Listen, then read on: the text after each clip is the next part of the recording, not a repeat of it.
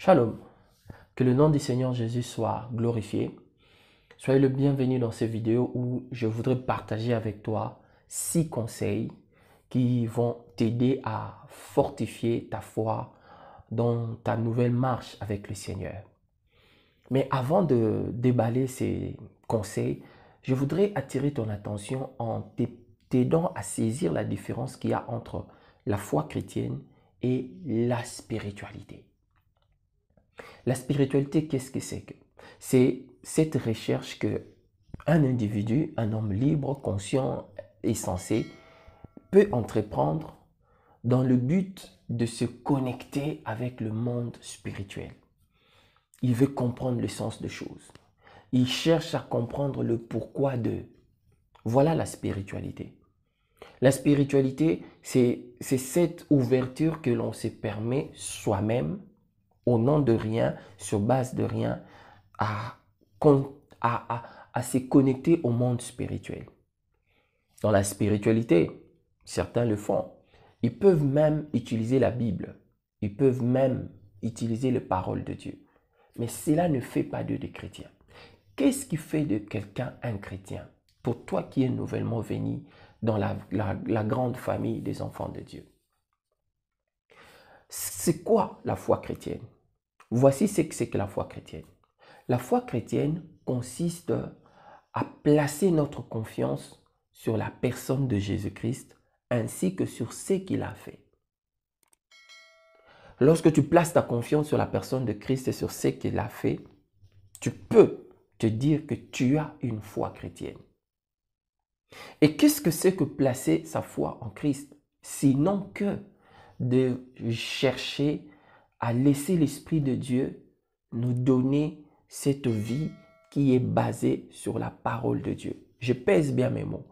Il faut laisser à l'Esprit de Dieu de te donner de vivre conformément à la parole de Dieu. Par tes capacités, par ta volonté, par ton engagement, tu ne parviendras pas. C'est spirituel, ce n'est pas psychologique. Cela dit, voici maintenant les 6 conseils que je t'encourage de mettre en pratique afin de fortifier ta foi en Christ. Je partage cela, je divise ces 6 conseils en 2. Les 3 premiers conseils sont tournés directement vers toi qui me suis. Que Dieu te bénisse. Je te prie de rester jusqu'à la fin. Et voici ces 3 premiers conseils qui sont directement tournés vers toi. En premier lieu, nous avons la prière. La pratique de la prière, elle est d'une importance incontestable. La prière, quand tu te mets en communion avec Dieu, qu'est-ce qui se passe? Ce qui se passe, c'est que ton esprit se reconnecte à Dieu. Ton esprit plonge en Dieu. Voilà ce qui se passe quand tu pries. Ne néglige pas la prière. Si tu veux voir ta foi se fortifier, ne néglige pas la prière. À propos de la prière, écoutons ce que l'apôtre Paul nous dit. Philippiens chapitre 4, le verset 6e. Il dit ceci: ne vous inquiétez de rien, mais en toute chose, faites connaître vos besoins à Dieu par de prières et de supplications.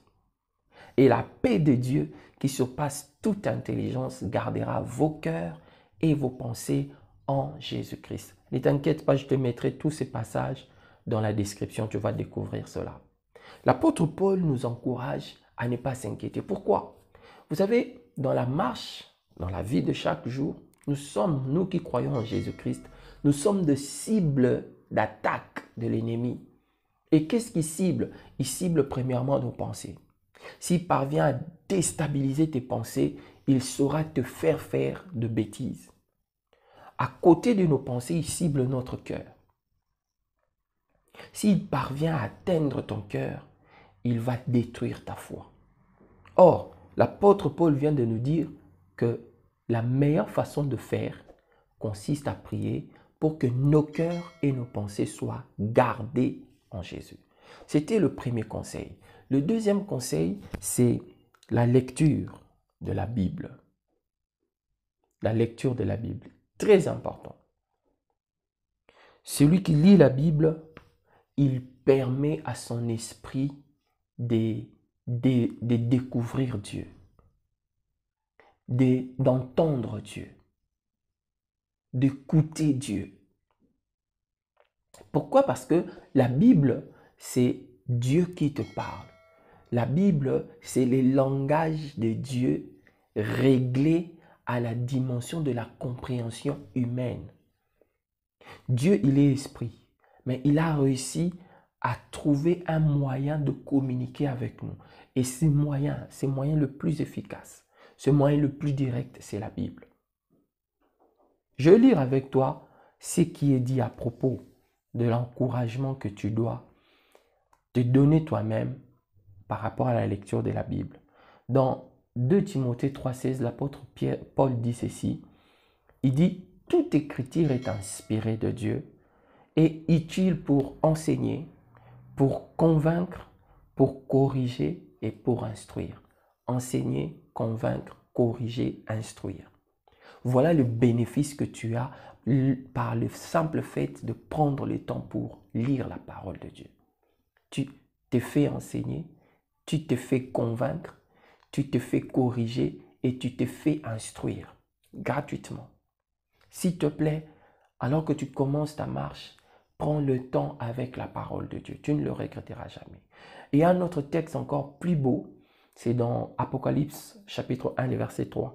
La Bible dit ceci, « Heureux celui qui lit ». Le simple fait de lire, ça t'apporte un bonheur. On dit « Heureux celui qui lit et qui garde le parole de la prophétie, car le temps est proche. » Le troisième conseil pour toi, directement attaché à toi, c'est d'avoir une église d'attache. Très important. Si tu n'as pas une église d'attache, tu ne sauras pas fortifier ta foi. Pourquoi? Parce que c'est Dieu qui a voulu que les chrétiens se réunissent dans une assemblée. Jésus disait par exemple, « Je bâtirai mon église et les portes de ce jour de mort ne prévaudront point contre elle. » Quel est l'avantage principal d'avoir une église d'attache? L'avantage principal sur le plan spirituel, c'est que tu vas réaliser Dieu dans sa dimension de Emmanuel. Ça, c'est très important. La Bible dit que Emmanuel signifie Dieu parmi nous. Comment Dieu sera parmi nous si toi tu es isolé? Casse ces pensées d'isolation. Je t'ai dit au début, la foi chrétienne n'est pas une spiritualité. La foi chrétienne est différente de spiritualité. Et c'est dans les églises, c'est dans l'église, dans une assemblée locale que tu vas partager la foi, les expériences des autres et cela va conforter ta confiance en Dieu. La Bible dit par exemple à propos de premiers chrétiens dans Actes 2, 42, on dit ceci, je lis ça rapidement. Ils persévéraient dans la prière, dans l'enseignement des apôtres, dans la fraction de pain et dans la communion fraternelle. Elle n'est pas une foi isolée. Non, non. La vie chrétienne, elle commence individuellement, mais elle se vit en famille. Elle se vit ensemble.